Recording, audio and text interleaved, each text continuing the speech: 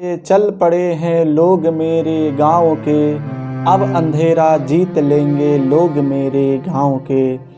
कह रही है झोंपड़ी आ पूछते हैं खेत भी, कब तलक लुटते रहेंगे लोग मेरे गाँव के।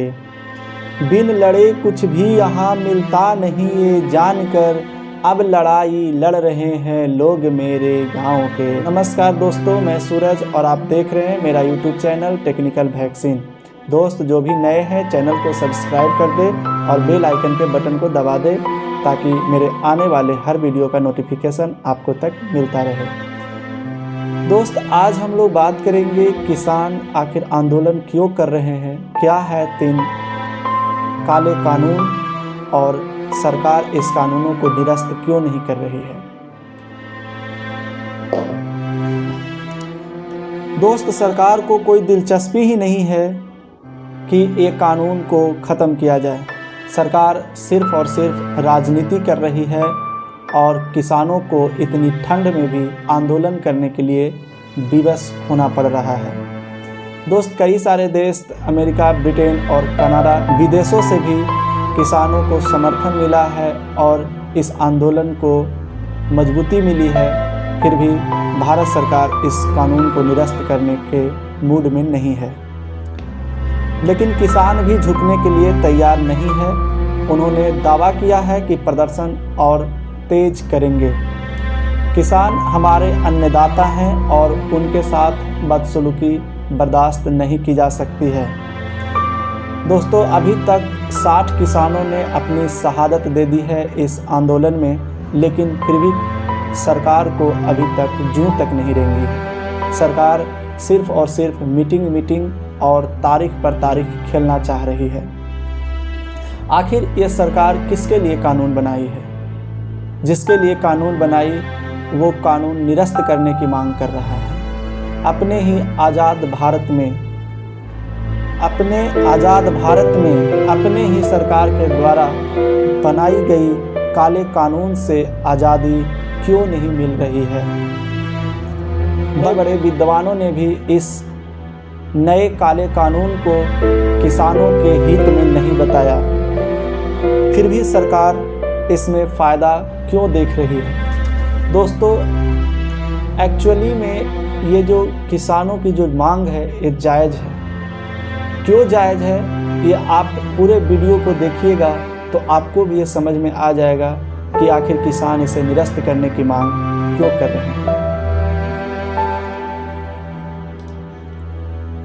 दोस्त हर बदलाव को सुधार नहीं कहा जा सकता है, कुछ विनाश का कारण भी बन सकता है। देश ने ऐतिहासिक सुधार के नाम पर नोटबंदी को झेला है और भयावह परिणाम देखने को मिले हैं। इस एक कदम से लाखों नौकरियां और सैकड़ों जिंदगियां खत्म हो गई है। जीएसटी को भारत की आर्थिक आज़ादी के रूप में दिखाया गया। 2% जीडीपी बढ़ाने का दावा किया गया। जीएसटी आधी रात में आ तो गया लेकिन कभी जीडीपी को ऊपर नहीं बढ़ा पाया। अलग से अर्थव्यवस्था को और नीचे लेकर चला गया।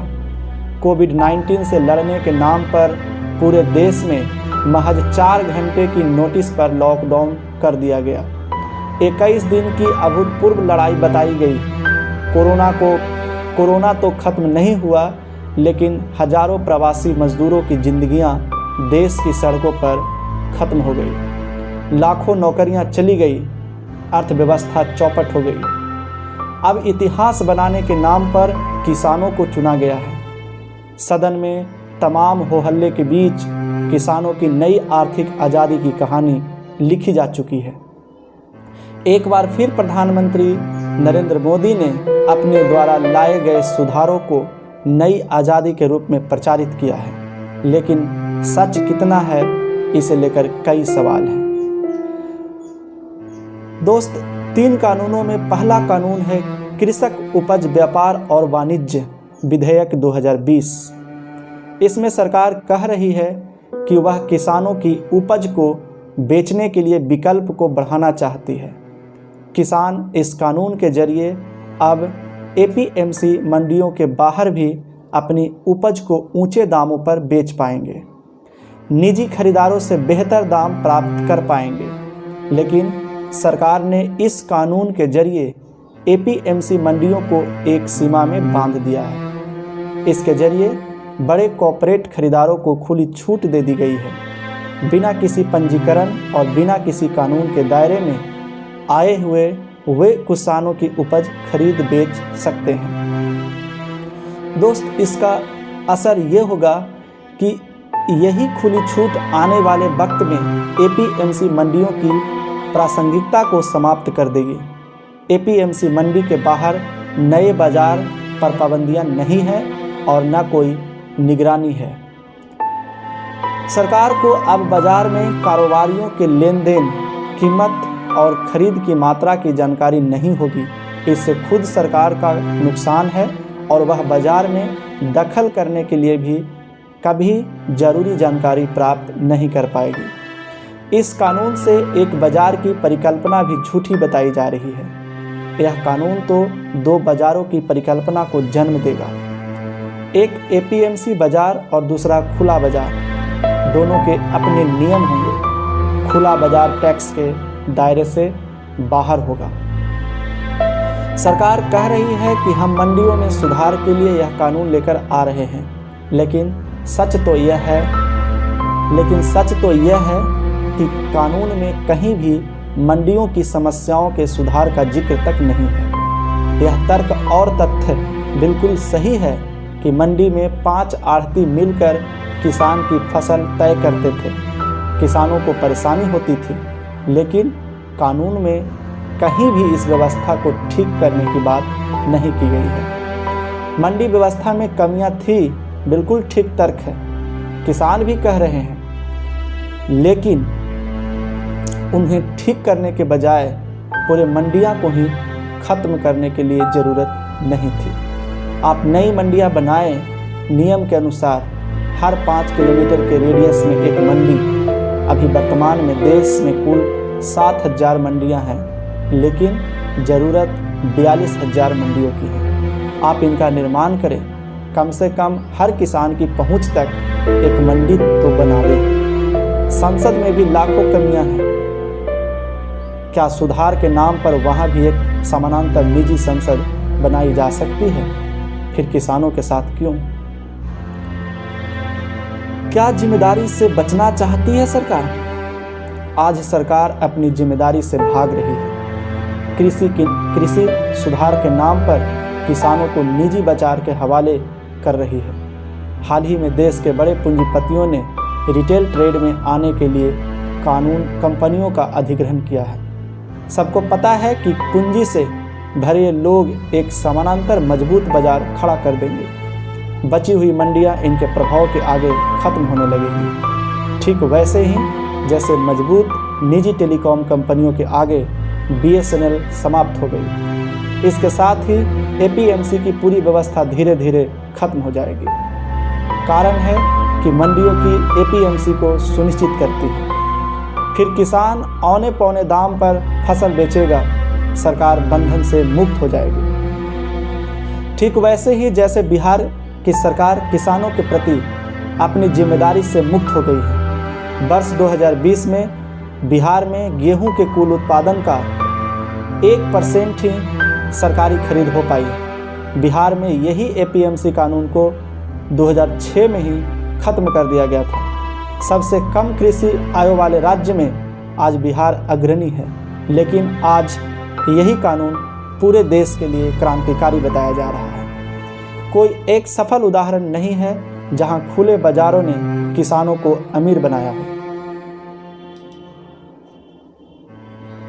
दोस्त, बिहार इसका सिंपल सा उदाहरण है। सरकार कह रही है कि निजी क्षेत्र के आने से किसानों को लंबे समय में फायदा होगा। यह दीर्घकालिक नीति है, लेकिन बिहार में सरकारी मंडी व्यवस्था तो 2006 में ही खत्म हो गई थी। 14 वर्ष बीत गए। यह लंबा समय ही है। अब जवाब है कि वहाँ कितना निवेश आया, वहाँ के किसानों को क्यों आज सबसे कम दाम पर फसल बेचनी पड़ रही है। अगर वहाँ इसके बाद कृषि क्रांति आ गई थी तो मजदूरों के पलायन का सबसे दर्दनाक चेहरा यही क्यों दिखा? क्यों नहीं बिहार कृषि आय में अग्रणी राज्य बना? क्यों नहीं वहाँ किसानों की आत्महत्याएं रुकी? कई सवाल हैं। दूसरा कानून है कृषि सशक्तिकरण और संरक्षण, कीमत आश्वासन और कृषि सेवा करार विधेयक 2020। इस कानून के संदर्भ में सरकार का कहना है कि वह किसानों और निजी कंपनियों के बीच में समझौते वाली खेती का रास्ता खोल रही है। इसे सामान्य भाषा में कॉन्ट्रैक्ट फार्मिंग कहते हैं। आपकी ज़मीन को एक निश्चित राशि पर एक पूंजीपति या ठेकेदार किराए पर लेगा और अपने हिसाब से फसल का उत्पादन कर बाजार में बेचेगा। यह तो किसानों को बंधुआ मजदूर बनाने की शुरुआत जैसी है। चलिए हम मान लेते हैं कि देश के कुछ किसान कॉन्ट्रैक्ट फार्मिंग चाहते हैं, लेकिन कानून में किसानों को दोयम दर्जे का बनाकर रख दिया गया है। सबसे अधिक कमज़ोर तो किसानों को कॉन्ट्रैक्ट फार्मिंग में किसान और ठेकेदार के बीच में विवाद निष्पादन के संदर्भ में है। विवाद की स्थिति में जो निस्तारण समिति बनेगी उसमें दोनों पक्षों के लोगों को रखा तो जाएगा, लेकिन हमें यह भी ध्यान रखना होगा कि पूंजी से भरा हुआ इंसान उस समिति में महंगे से महंगा वकील बैठा सकता है और फिर किसान उसे जवाब नहीं दे पाएगा। इस देश के अधिकतर किसानों तो कॉन्ट्रैक्ट पढ़ भी नहीं पाएंगे। दोस्त, आखिर किसान कितना समर्थ है? कानून के अनुसार पहले विवाद कॉन्ट्रैक्ट कंपनी के साथ 30 दिन के अंदर किसान निपटाए और अगर नहीं हुआ तो देश की ब्यूरोक्रेसी में न्याय के लिए जाए। नहीं हुआ तो फिर 30 दिन के लिए एक ट्रिब्यूनल के सामने पेश हो जाए।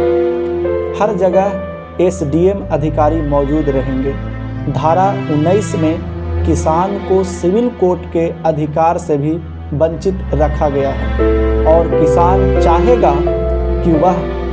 कौन किसान चाहेगा कि वह महीनों लगाकर सही दाम हासिल करे?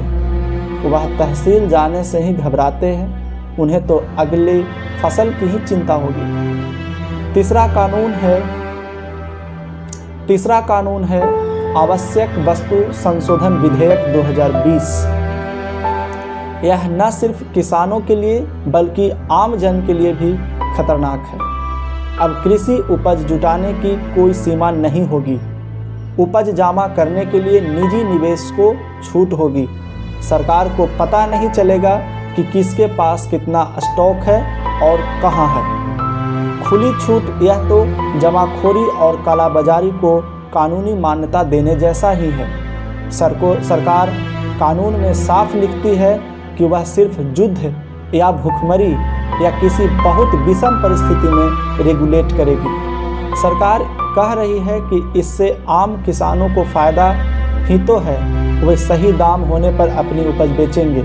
लेकिन यहाँ मूल सवाल तो यह है कि देश के कितने किसानों के पास भंडारण की सुविधा है। हमारे यहाँ 80% तो छोटे और मझोले किसान हैं। आवश्यक वस्तु संशोधन कानून 2020 से सामान्य किसान को एक फ़ायदा नहीं है।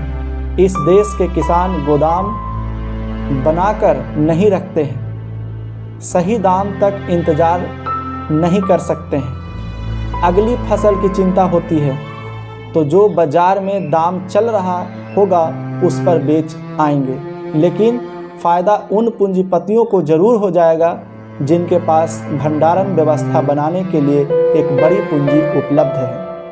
वे अब आसानी से सस्ती उपज खरीद कर स्टोर करेंगे और जब दाम आसमान छूने लगेंगे तो बाज़ार में बेचकर लाभ कमाएंगे। दोस्त, किसानों को आज सहारों की ज़रूरत है। सरकार 2022 तक किसानों की आय दोगुनी करने का वादा कर चुकी है।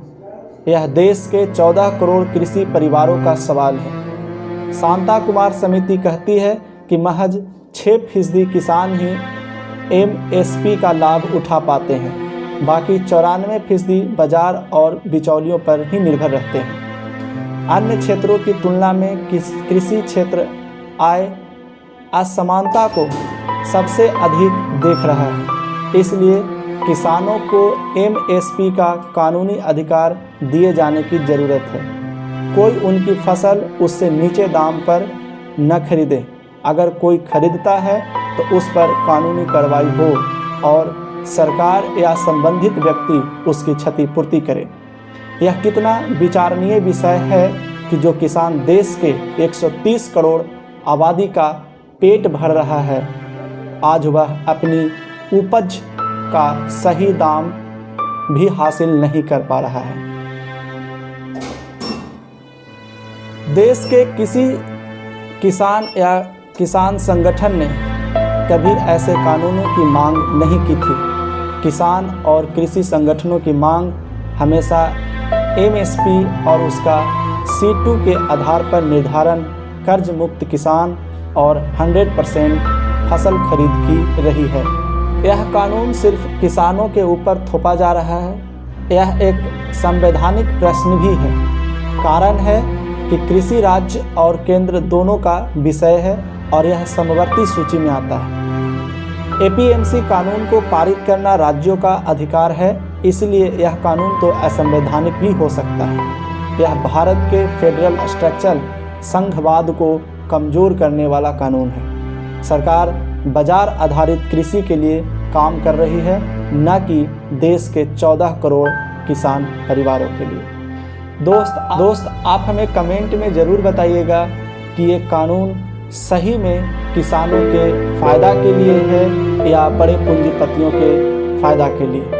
आज के लिए बस इतना ही। धन्यवाद।